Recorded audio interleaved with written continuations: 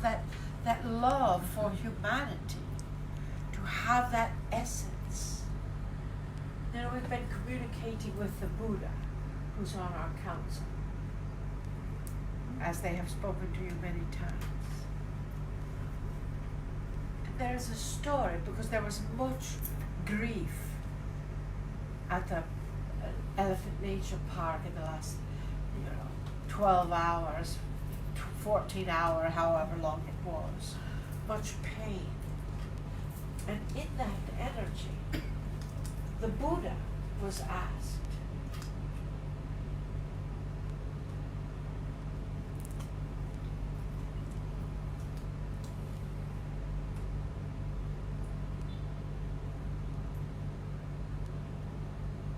I can tell my own story. You see, I was asked, a wonderful mother and father came to me once and said, my son has died. He was killed. How can I ever get over this? How can I release this pain? How can I let go of this pain? It's been going on for years. Every moment, every day, I just weep and weep and weep. How can I let it go? And I told them to go out in their town and find someone who has not experienced death, and they will be able to teach them. So they went out in their town. They went from house to house, place to place, experience to experience. They said, did you experience death? Have someone in your family that you love crossed into the next existence? And no, of course not. And they came back to the Buddha. They came back to me and said, I found no one. I found no one who had not been touched by death. So I have no one to teach me. And I said to them, then you must be the teacher. For that pain that you dwell upon, that cannot be changed, your child cannot be brought back into this existence. That pain, yes, you will always, every day, miss that child. Always. That pain does not be relieved, but it does dissipate when you are not dwelling upon that pain. When you are dwelling upon what can be done from this.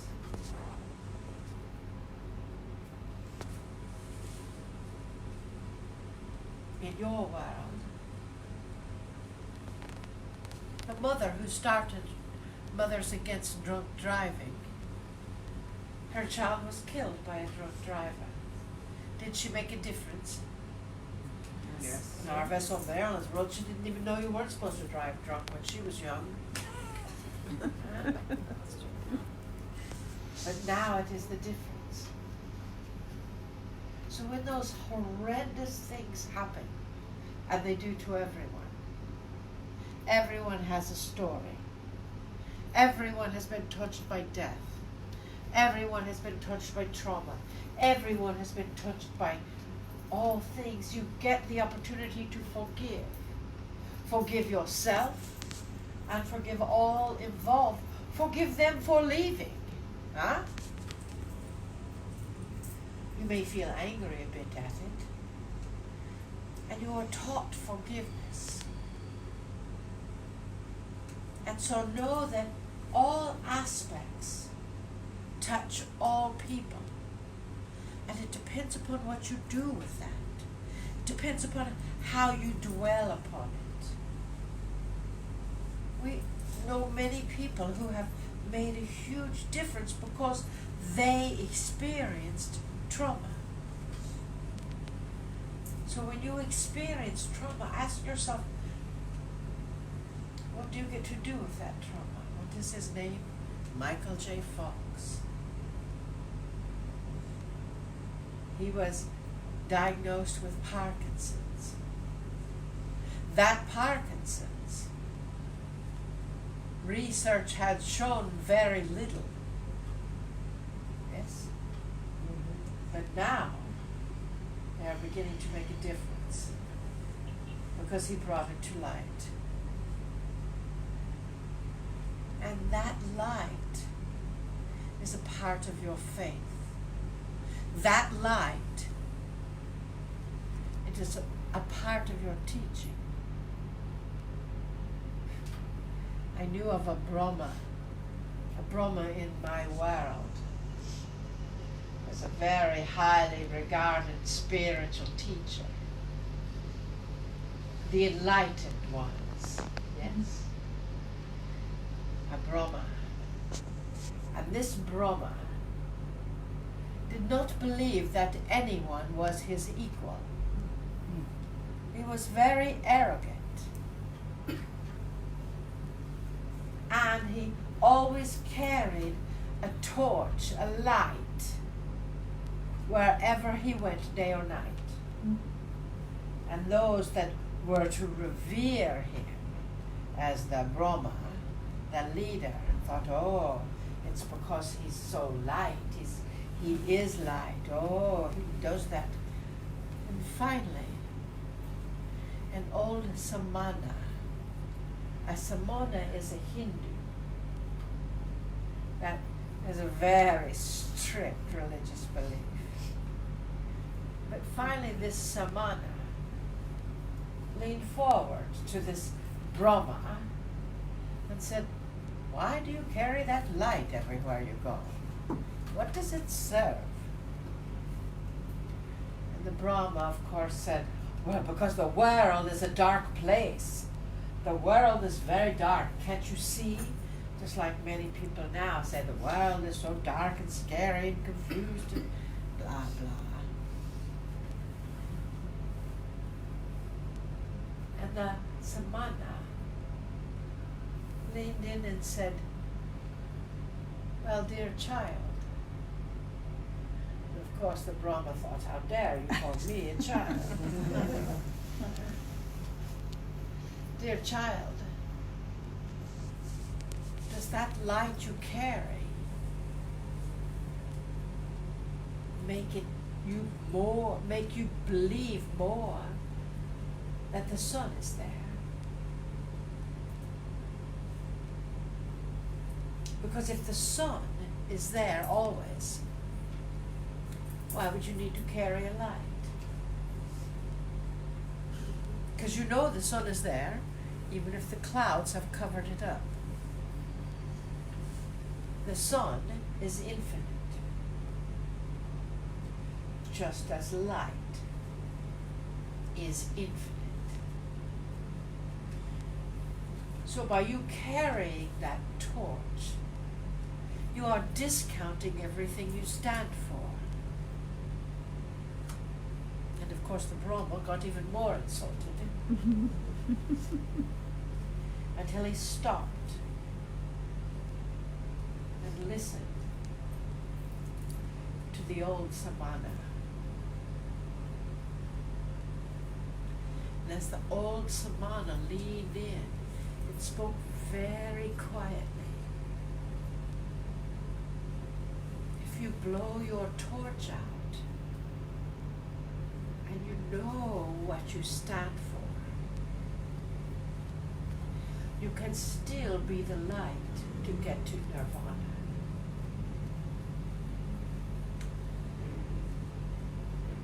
The Brahma was smart enough to listen. He blew out the torch and realized at 3 o'clock in the afternoon he can't see, because the world is not a dark place.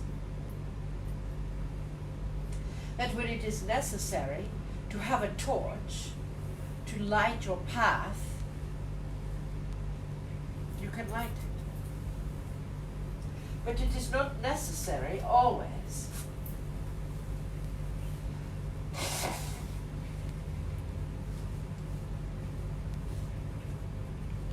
For you see, you are still the light. Do you see what I say? You get the message? Yes.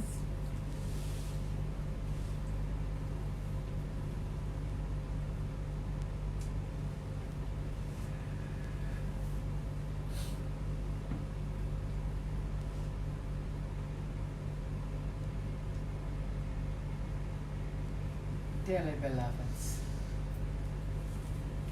I've listened to you talk and laugh and talk of light. I do wish to bring my 3 cents in. For you see, you are the light. You are the light. No matter how bright the torch is that you might carry. Because you see, that torch cannot illuminate the world. It can only illuminate where you are.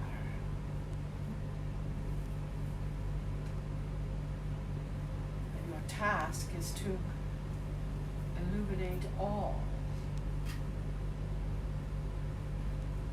I said, you are the light of the world. Do not hide that light under a bushel. Sometimes it's about being that light. To do the hard things and not enable others to stay where they are in their dysfunction, just for love.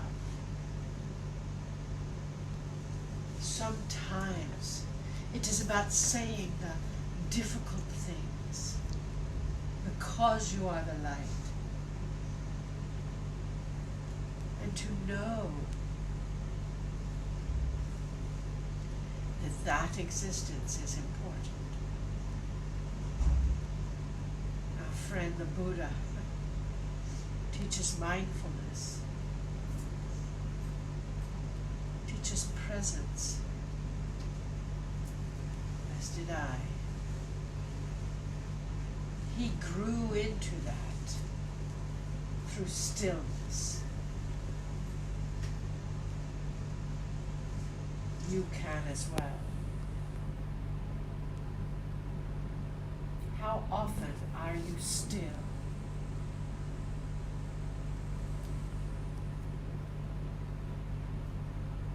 I am asking the divine link, Marilyn, and the joy when you go down south to have a period of stillness.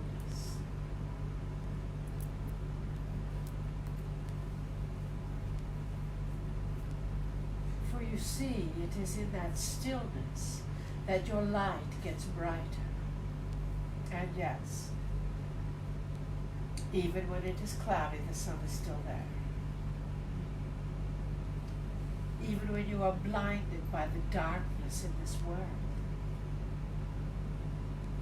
it is a reflection of what you are expecting. So expect glorious things. For you are the light. And take your steps forward as that light. And know that forgiveness is necessary. Because sometimes beings of light know not what they have done to destroy another.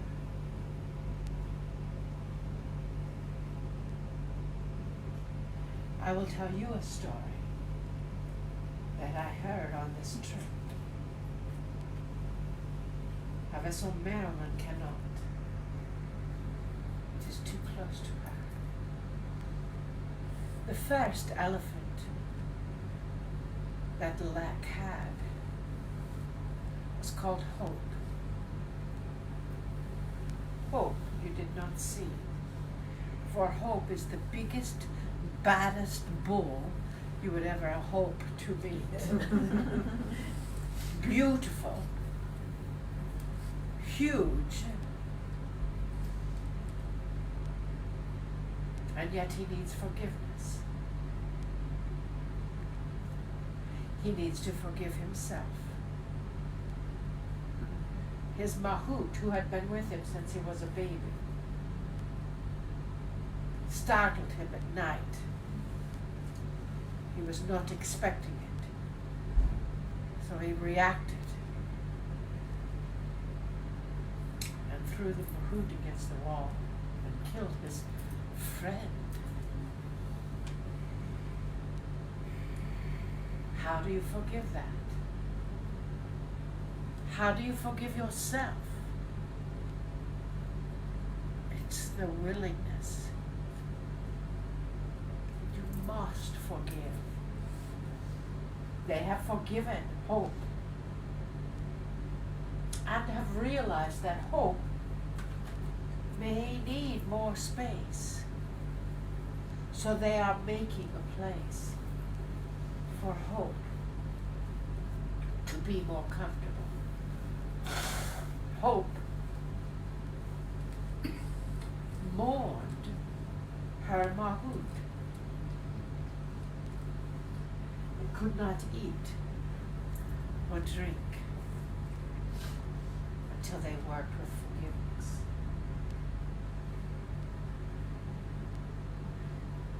No matter how big the trauma is, you must forgive. Now there are those who think that my presence is going to forgive all and give you salvation no matter what.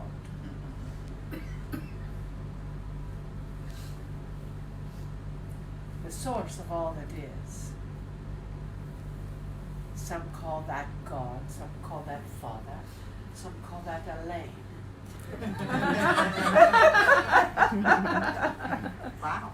Yes. That source will forgive you to infinity and back. You can do nothing that is unforgivable. Nothing. In the book they said 70 times 70 because they couldn't multiply it even bigger. But it is infinite. And yet you must still forgive yourself. And the part that maybe you play in someone else's trauma, the part that maybe you experienced in someone else's energy. Can you do that in someone else's story? Can you say, I did something wrong? Are you willing to forgive me? What a wonderful thing to teach a 3-year-old. But you must follow up with that. Can you forgive yourself? Now, how you teach that to a 3-year-old, we do not know. But we are sure, I am sure, you will figure it out. You understand what I say?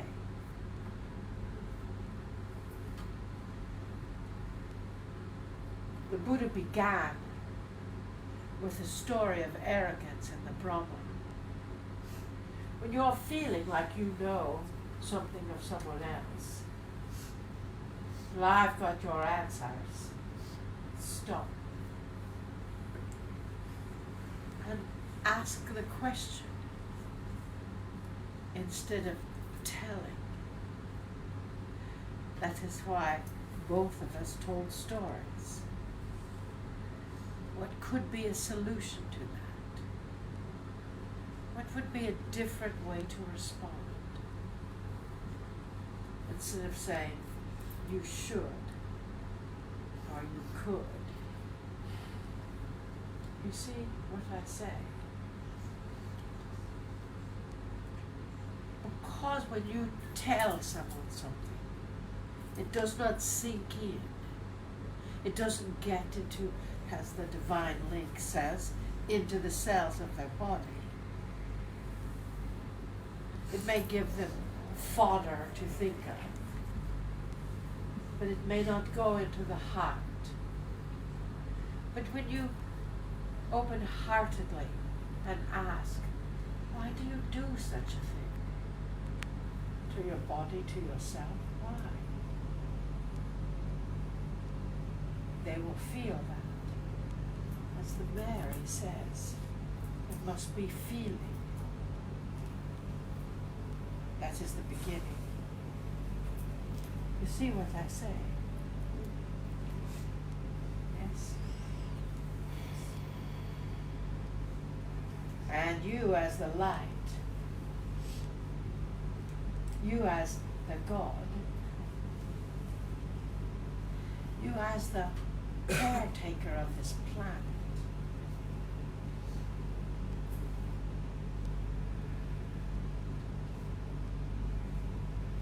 you carry the vision, and you have seen witness to many who have had a vision and have done whatever it takes to accomplish that vision. Joel, Donovan, Lac, Prajandan, you met today. He had a vision. In that sweetness, visions can come into pass, can come to pass. Visions can come to fruition. And that is your light. So know that you are placed in situations that may be uncomfortable, because you are the evolved ones. You are placed in situations that may be difficult to handle. So ask, what would the Buddha do? How do you be the Buddha? Ask, what would love do? How do you be love? How do you love someone enough to not enable them? And let them figure it out on their own, knowing that at some point they will. That is a tough one. And you go through that, but if I would have, if I could have, and why didn't I, and go through that whole guilt, which serves nothing other than dwelling upon the pain. Instead, what proactively can you do to be that light?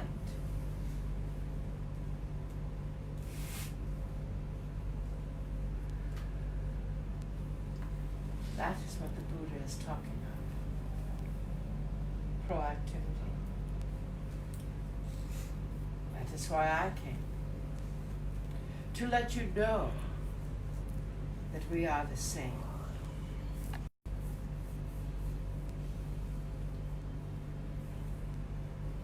You see what I say? Do you have a question for me?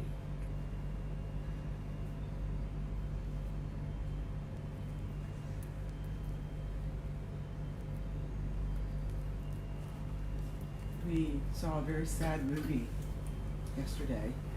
There was somebody in the audience when we saw the metal hook and all the scars on the elephant's face, and it was truly horrific. And somebody in the audience said, now he should feel the metal hook. We, all of us, understand here that that is not appropriate. Feel that my level of consciousness needs to rise so that I don't feel it here, the logic of that.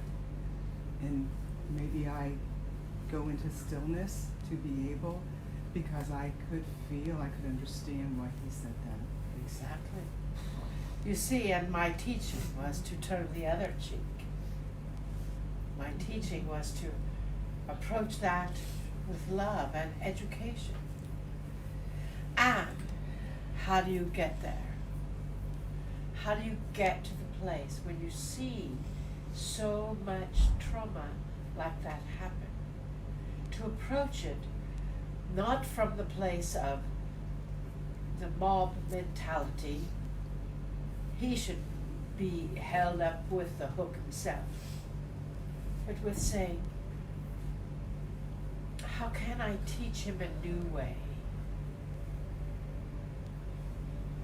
How can I help him evolve into that new way? And that is what is happening. So we forgive him and send that vibration of, help me out here. Love. Okay. Yes. And Like, you can be as proactive as Lek. There's a difference between sitting in your living room and sending love, which is important and necessary. And there's a difference in starting an education program and assisting those who are educating. I am asking you to be proactive on all levels. So be that difference. One person can make it. and being a student of receiving higher levels of consciousness, sometimes I hear that we need compassion and wisdom. Sometimes I think the human is made up of the mind, the heart, and the will. And the mind's best is wisdom, the heart's best is love, and the will's is courage. And sometimes I just don't hear courage very often in channels. Like the three-way. We believe that there's more than three. In Bimini, I brought in a new meditation. Actually, it was not new. The joy brought it to me. Your root, that wonderful root, primal chakra, is trust. Trust that you will be provided for. Your sacral is faith that you can do what it takes. Your solar plexus is diligence. Your heart is compassion. Your throat is courage. Speaking with courage. Yes, speaking truth, but speaking with courage. Your third eye is patience with yourself. And your crown is gratitude. And when you have that balance, to know that you have the courage, what does it take to have courage? To speak truth to someone that you know will be injured by it. You open your heart and speak. And know that, check yourself. Is it your ego that is speaking? Or is it your true, compassionate, loving, courageous heart? How do you get that courage? One step at a time. Practice.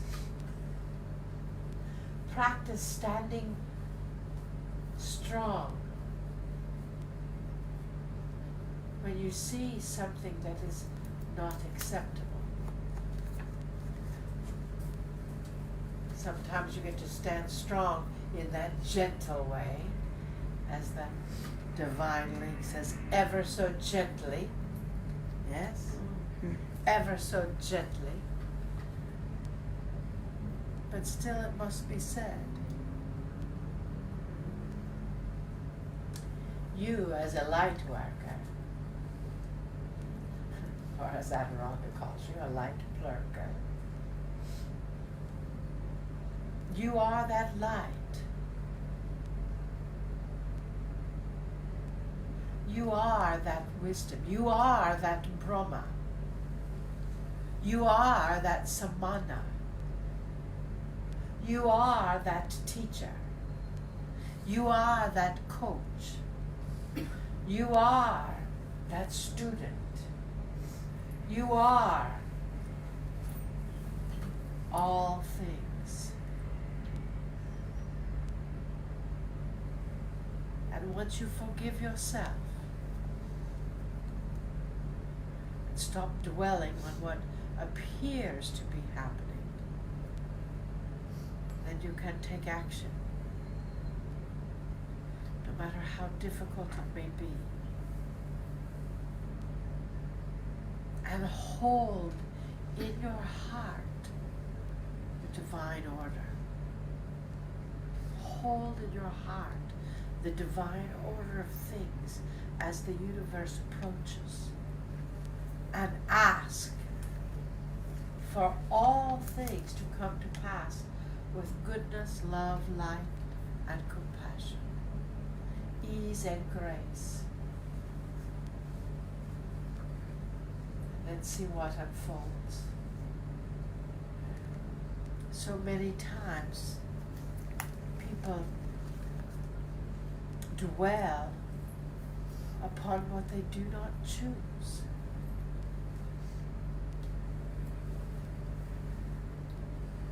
They dwell upon the absence of someone that they love, instead of dwelling upon the presence that they made in the world, the difference that they connected. That is what I ask you. Does that answer your question? Yes, thank you. Do you have a question for me? I do. I'm humbled by your presence. As I am humbled by yours. When I step into my flame and I go into the stillness and I am devoted, I do that daily. The only thing that comes to me is I come to serve.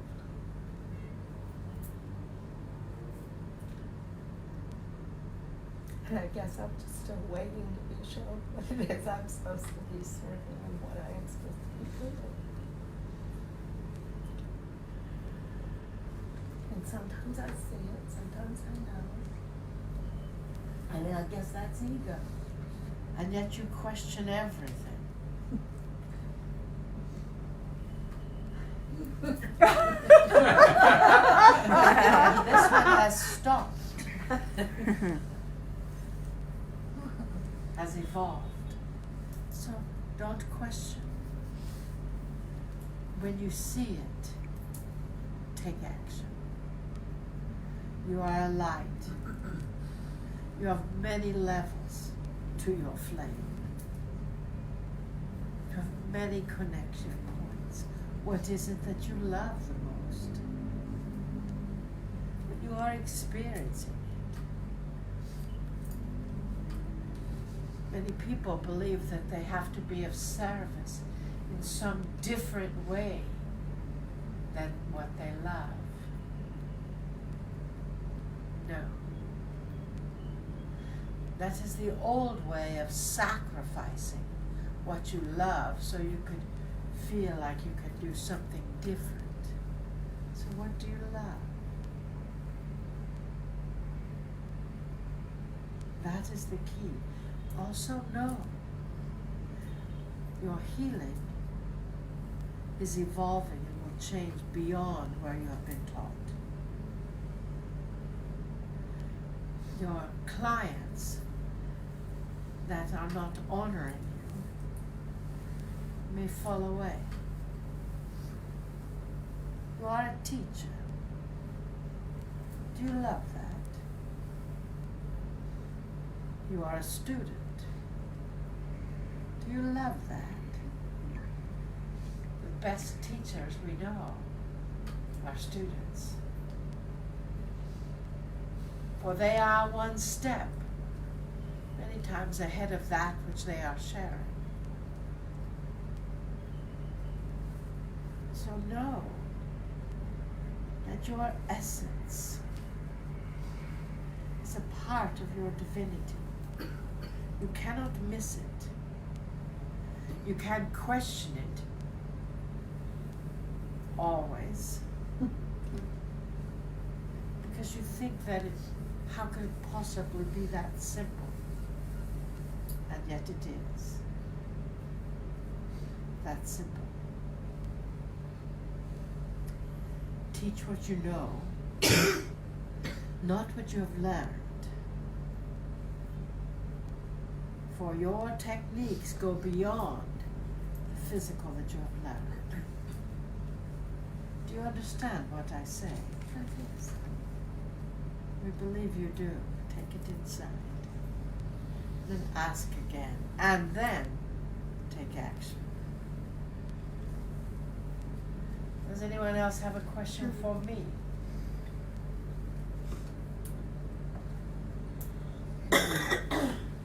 Do you speak questions for the group? I try. Sometimes. Sometimes? Maybe I won't ask.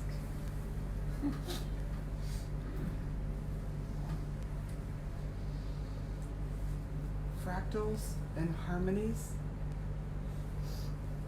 they exist within us.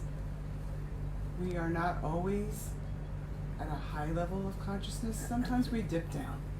Sometimes we dip down and we will feel our particular negative vibration. And I know for me that it has been betrayal.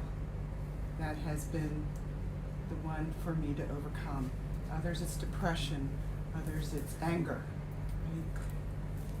Right? Are there harmonics within people that when we raise up, our tonality has us jump in a certain way, which it's just not linear? Is this a tough question or what? In other words, do I exist as a fractal? Yes. And let your complicated mind relax.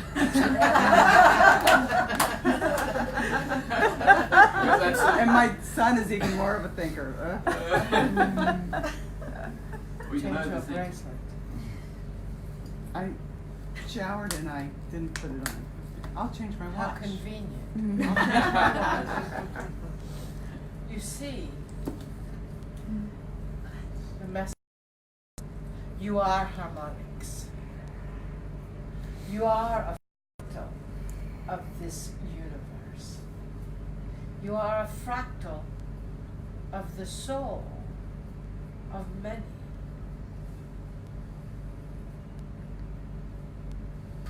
You are a part of all that is. You are a part of Source.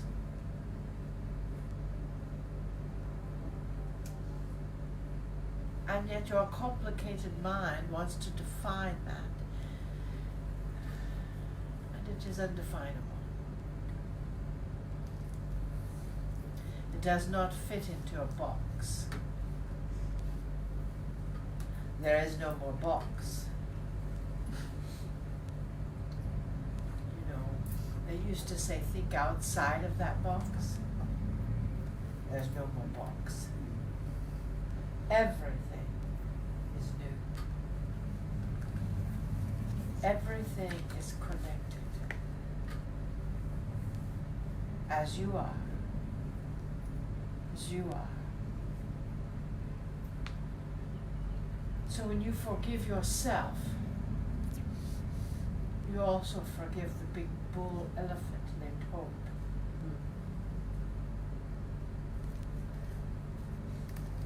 when you forgive those who have betrayed you,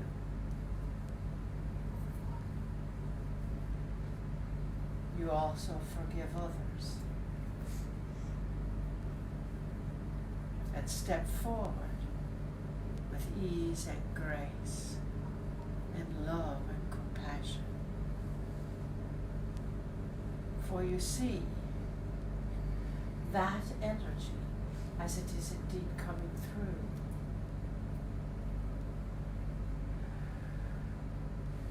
is you. All powerful. The light, even when it is cloudy. To have faith that the light is still there. And to know that when you have wept 10,000 buckets of tears, there may still be more.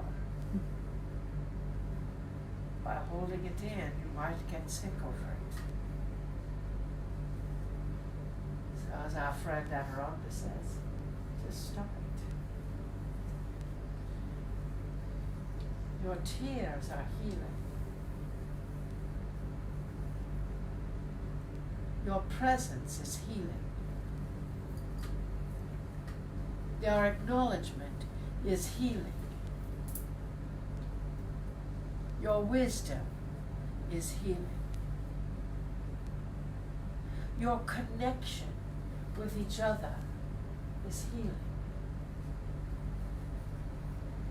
Your connection with yourself is healing.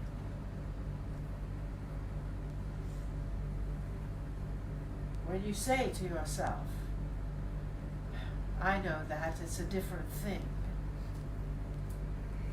It means this and this and this.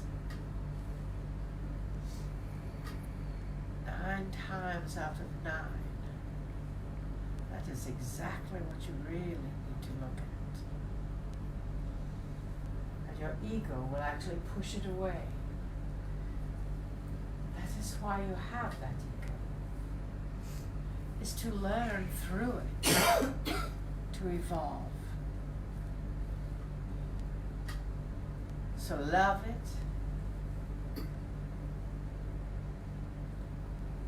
Ask your ego to be quiet for a time. Your body is a sacred temple. Everything you put in your body adds to that sacredness. You are the light of this world, with or without a torch. Although sometimes it's handy to have a torch in the darkness. But the darkness is not theoretical, because the world is not a dark place. The world is lightening up, and you are a part of that assistance. And we are grateful for that.